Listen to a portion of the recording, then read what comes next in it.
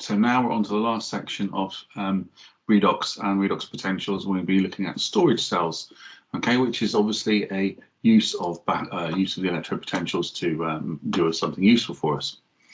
Okay, so let us get going with that. So, right, okay, there we go, and let's share my screen. Okay, so we'll share this screen. Okay, we'll get rid of that. Okay, so we're going to be looking at storage cells. Obviously, there's stuff on Moodle and Teams to do, and by now we should be cracking on with doing some exam practice questions. We're hoping to get the course finished by Easter. Okay, remember we got support sessions running Monday and Tuesdays 1 till 2. Come along and do any of the work that you need to do for other aspects of the course. It doesn't have to be the stuff we're doing at this moment.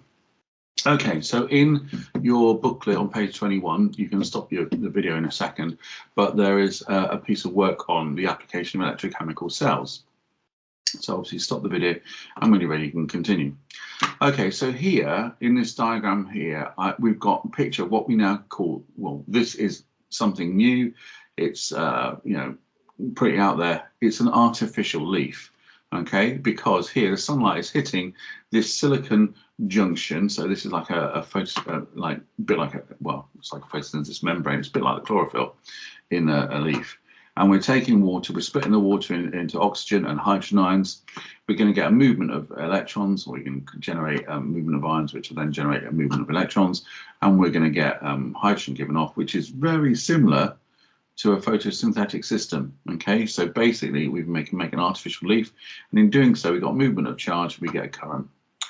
Okay, so these are the uses of electrochemical cells, and obviously that's quite a new bit of usage. Okay, and looking at it to be very useful. Okay, so we're now going to look at some potential batteries. So here I've got a zinc half cell. Okay, I've got an ammonium half cell. Okay, we're written in the reduced direction. We've got the more negative at the top, so we can apply the anti-clockwise rule.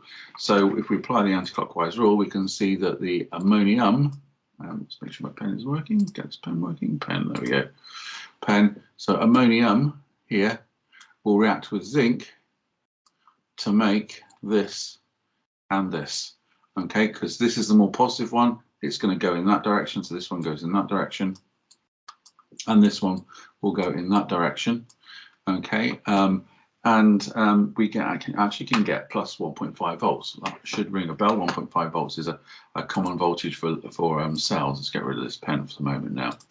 Okay, so we've got other ones. Now here we've got nickel cadmium. Okay, you hopefully have heard of nickel cadmium. This one is called a zinc carbon one because we'll be using carbon electrode here with the ammonia part of it. So this is nickel cadmium. Okay, so we've got a nickel system and cadmium system, and together we can get plus 1.3 volts out of that. You're probably aware that nickel cadmium batteries don't actually state that they're 1.5 volts, even though they might be a AA size battery, they won't necessarily be 1.5 volts, they'll probably be a little bit less. Now with we can create lead acid, and here we've got solid lead, and that's negative, so we'll go, it's going to go in the direction, that's going in the wrong direction, it's going to go in the oxidation direction. Oops, go back a second. And that one's going to go in the reduction direction. And what you notice is we make lead sulfate solid on both, well, this is going to go to lead sulfate there, and that's going to go to lead sulfate there. When we put electricity back through it, we can actually push it back the other way. And notice this is 2.05 volts. You've probably come across a lead acid battery in your car, and it's actually going to be 12 volts. So it's going to be 6 of these put together. Okay.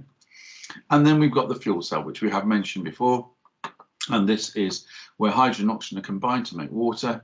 This cell's going to go that way, and this cell's going to go that way. And we can get plus 1.2 volts out of that. And that could be used in combination, several of these as cells together. We can use that to power electric motor or anything else. Okay. So right, and these are the answers for the questions that are on the page 21. So these are the objectives. We are going to look at electrode potentials and look at storage cells, explain how fuel cell uses energy to create a voltage, and you should be able to say what's happening at each electrode in a hydrogen oxygen fuel cell. You should also be able to work out the half equations in acidic and alkaline hydrogen oxygen fuel cells and some other electrochemical systems. Okay, so this geezer. Okay, Elon Musk. Okay, bit Marmite really with him, but he has done quite a lot in the field of batteries, or his company has, and he had a lot of money. He got spent. He actually made his money in PayPal, and then he spent it into put it into things like Tesla, and Tesla now is one of the most economically fantastic, doing well companies in the world, and he possibly could be the first person to actually become a trillionaire, which is weird. Okay, anyway, he won a £50 million dollar bet by creating the world's largest lithium-ion battery. It's out in Australia, and it's in a part of Australia that's quite windy. And actually, they used 99 wind turbines. Now, those are quite small wind turbines now. We make much bigger wind turbines now. And it generates 315 megawatts of power.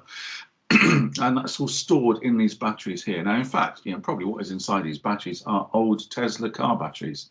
And the thing is, when they're being recharged from the wind here, the charging is slow, and means that if we're charging a Tesla car, it's going to charge up quite quickly. Eventually, the batteries will not take quite as much charge. So when they've got past, when they go down to say like 60% charge or something like that, then they can be used and recycled and reused, basically to make battery storages. And that's one of the issues that we have with renewable energy, is the fact that it's not available all the time. It's available when the wind is blowing. Okay, we can then convert that excess electrical energy generated by the turbines into battery energy, so it can be stored. Okay, so the co-founder of this company that was a sort of sub-company that Musk is part of, bet with his fellow billionaire Elon Musk over this battery, and it could power 30,000 homes for 8 hours, or 60,000 homes for 4. It's a backup power system. It's not going to give all their power, because obviously they've got the wind as well. And since we first put this together, it's now 50% bigger, so not more than 150 megawatts more. So obviously lithium-ion batteries, which probably came out of Teslas, are also in your mobiles and a lot of your gadgets. So, okay, well, there has been a lot of stories about batteries. Orlando Airport is evacuated after a camera battery was mistaken for a bomb. You might have been aware, it might be a bit before your time, but because we're already on the Samsung Note 7, Samsung 20, aren't we now? But Galaxy Note 8s and the follow-up to the Note 7 started exploding, because they'd made a mistake in the battery and it was leaking. Smart luggage. What the hell is smart luggage? Well, smart luggage is going to obviously keep it, it's going to know where it is, so you can find it very quickly. But again, they've got lithium-ion batteries in and potential fire hazard. And I did something rather silly once. I tried to order a new black battery from one of my old laptops. I ordered from China. You're not really supposed to order batteries from abroad. They should come from your own country, because especially if they're going in a plane by airmail. Unfortunately, the company said, well, we'll get around that by labeling it as a power cable, like a power pack for a laptop, rather than actually a battery, because obviously lithium-ion batteries can explode. And I didn't get it because the post office came into the country, and the post office blew it up for me because they said it was illegal. Never mind. Anyway, so how do these batteries work? What are the advantages and disadvantages? We've got several types of batteries we can go through. We look at fuel cells and how they work. So storage and fuel cells. We need to apply the 23.4 and 23.5 stuff to different cells. Each electrode needs to have a different electrode potential. Cells divided into 3 types. We have primary, which are non-rechargeable, and I might mention why that is in a minute. Okay, and you probably come across a lot of those, like these batteries here, like your Duracells, your Energizers, your Ever-Readies, etc. And you might notice a lot of them say alkaline. Yeah, so alkaline, and we'll look at that in a bit. And we've got secondaries like rechargeables, like your phones, like the car batteries, etc. They're all rechargeable for a certain amount of times. And then we've got fuel cells, which actually create electricity at that point. Okay, so they're not storing the electricity as such. They're making the electricity or making electrical current, and then that can be used, which obviously creates a voltage, and they can use that voltage to move a current, and they can use it to power various things there and then. Like, for instance, hydrogen cars use fuel cells. They produce the electricity. Electricity turns a motor. Obviously, you get how that works. So primary cells were non-rechargeable, and they can only be used once. And the electrical energy is produced, okay, by obviously those reactions. They cannot be reversed because the chemicals get used up.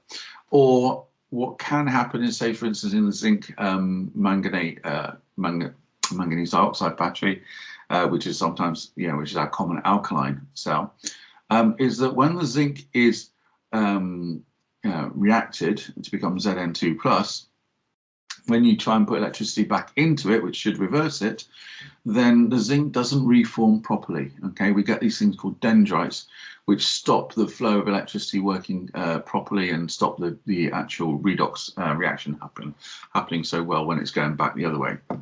Anyway, here is the half cell for the zinc. Okay, so we've got ZnS, okay, becoming ZnO. Okay, it's solid because obviously we've got these batteries that they're solid. They've got solid materials inside these batteries, and the other half cell is the manganese dioxide becoming Mn2O3. Oxidation numbers are +4 in the MnO2, and in the Mn2O3.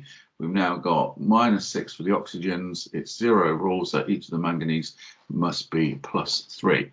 So it's being reduced, yeah, and that makes sense because we've drawn that in the reduced direction. Okay, so we've got our two voltages, and if we do the anti-clockwise rule, we've got that the MnO2 will react with Zn to make ZnO plus Mn2O3, okay? And it's an alkaline system because we balanced it using an alkaline. Here's our OH on both sides. And it's an alkaline, and hence we call it an alkaline battery. So we can work out E cell. E cell will be plus 0.15 minus 1.28. So it's 0.15 plus 1.28, okay? And we should be able to work out E cell from that. So the oxidation is doing this. The reduction is that one, so the bottom one is being reduced, so going in the direction of the arrow, the top one is going the opposite direction. Overall, we got that, and so plus 0.15 minus 1.28 gives you plus 1.43 volts, and that's the voltage you get out of those batteries, those alkaline batteries. Okay, so that's a primary cell, and as I say, they can't be recharged. The chemicals get used up. It's you can't get the zinc to go back into a decent state for it to go back the other way. So we've got rechargeables. Okay, we can reverse the we can regenerate the chemicals, the initial chemicals, and it can be used again. So commonly we've got lead acid batteries, which are the ones that power pretty much everything in your car, your lights, etc. Now you have an alternator, which is basically an electric motor in reverse. So when you spin it around, you generate electricity, and that electricity is used to recharge the lead acid battery here. Okay, but of course this is lead, and lead is quite heavy. Now initially electric cars would have used lead acid batteries. You'd have loads of these in your car, but because it's as we said before, it's lead is heavy, then that's not a perfect or not a fantastic solution. But back in about in the 1910s, there was, it was quite close between whether electric cars or fossil fuel cars would actually win out. In the end, fossil fuel cars won out, and it was again one of these things where it's not necessarily petrol cars or fossil fuel cars were any better. I think it may have been economic factors that decided it, not because they were any cheaper, but perhaps it was just like certain people had money in certain industries. And in fact, people had this oil and this gas, it had all this oil, and they didn't know what it could be used for. And then when they found that we can have petrol cars or diesel cars, they thought, well, okay, there's a use for it, so they made the use, rather than actually necessarily being the best way forward. Might have been quite interesting if we had gone with electric cars rather than diesel cars back in the early 20th century. So we've got other batteries, nickel, cadmium, and nickel metal hydride. If you're ever interested, you can look at the, what's it called, the Great Electric Car Ripoff or something back in the 1990s. The nickel metal hydride was used in electric cars. It was better than lead acid batteries. But somebody pulled, somebody somewhere has got the legal rights to use the nickel metal hydride, and that stopped the electric car revolution, happening quicker than it did, or is happening. Okay, so we've got our batteries here. We can see the flow of electrons, okay, and that will in the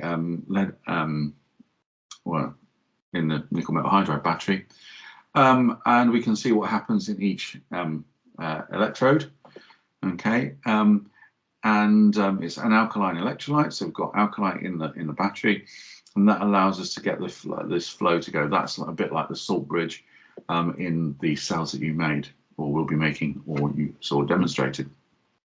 Okay, and finally, the technology has moved on to the lithium-ion batteries. You can see it says 3.7 volts. If you find the E cell values for the lithium half cell and whatever it is, I think it might, it could have lithium iron phosphate is one type of battery. And you can find the other half cell, you should work out, it comes out about 3.7 volts. Most lithium batteries are around about that level. And the ones at Panasonic, I think Panasonic are one of the manufacturers that Tesla uses in his cars. Okay, so there are quite a few companies that are making all these lithium-ion batteries. Obviously, it's a huge business now. So please make sure that you read page 131 in your textbook.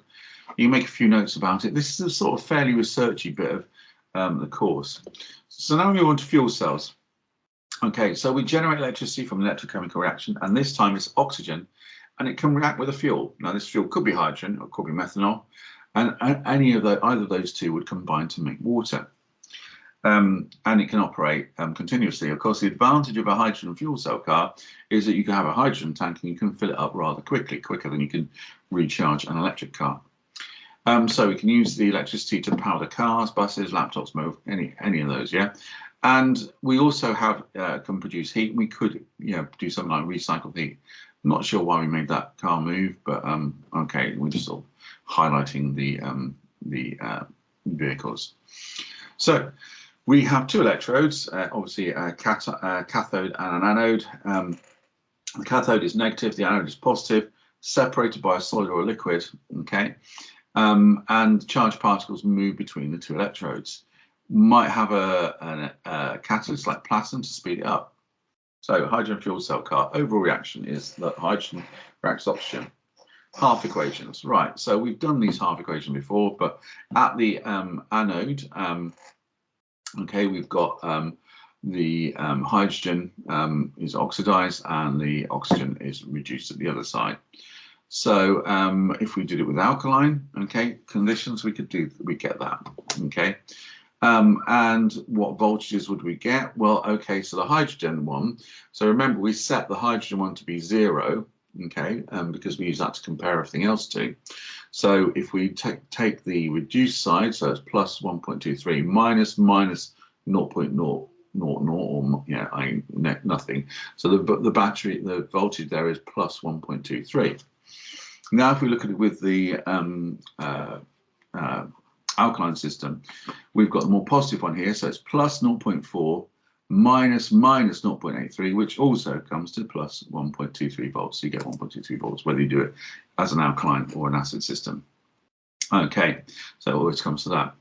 So what we might need to do is we need to try and keep these two half cells separate. So we've got the hydrogen coming in one side, oxygen coming in the other side, water comes out the oxygen side as per the equation. So there's water on the oxygen side. This is the acid version, yeah. So we're going to do this in the acid version, okay. So we're using the first of those two sets of equations at the top. You can see that oxygen goes in, water comes out on the reduction side, and that is shown in the diagram that we've got here. So the hydrogens are acting to push through the membrane, okay? So we've got a proton exchange membrane fuel cell, okay? So the protons are being exchanged. That is like acting like the salt bridge to make sure that the ions move and the charge is carried. Okay, so they're going to move to the hydrogen is oxidized to H+ ion at the anode. Okay, so protons are going to move through that. Electrons pass through the external circuit. So electrons only move on through the wires. Oxygen is reduced at the cathode to make water. Okay, and we have a platinum catalyst to accelerate reactions. Okay, so and yeah, that's how we get it working. So so yeah, here it is. Let's go through this one at a time. So here they go. Okay, so hydrogen's oxidized. And actually the anode is made of titanium or platinum, so that's going to help speed it up. Okay, electrons are going to go through the external circuit. The hydrogen travels through the electrolyte and the membrane, and they're going to be attracted towards the cathode because the cathode is negative, because the electrons come down to it and make it negative. Okay, oxygen enters the cell. Okay, and oxygen is reduced. Okay, and again, the cathode is made of the same sort of material as the anode, and it speeds up the reaction of the oxygen and hydrogen to make water being produced. Okay, so there we go. Right, now we could have an alkaline fuel cell, so it's going to look very similar, except it's hydroxide that is the electrolyte acting like the salt bridge to carry the charge across. Okay, and here we have that going on, okay, which is what we had before. That's the alkaline fuel cell, and that's basically it. So it's a little bit of a research-based effort. Work through that stuff there, and then by the time you've done that, you should have a reasonable knowledge of this stuff here, or hopefully have a good knowledge of this stuff here. And you can reflect on what you have learned today and what you need to practice further. Okay, thanks very much.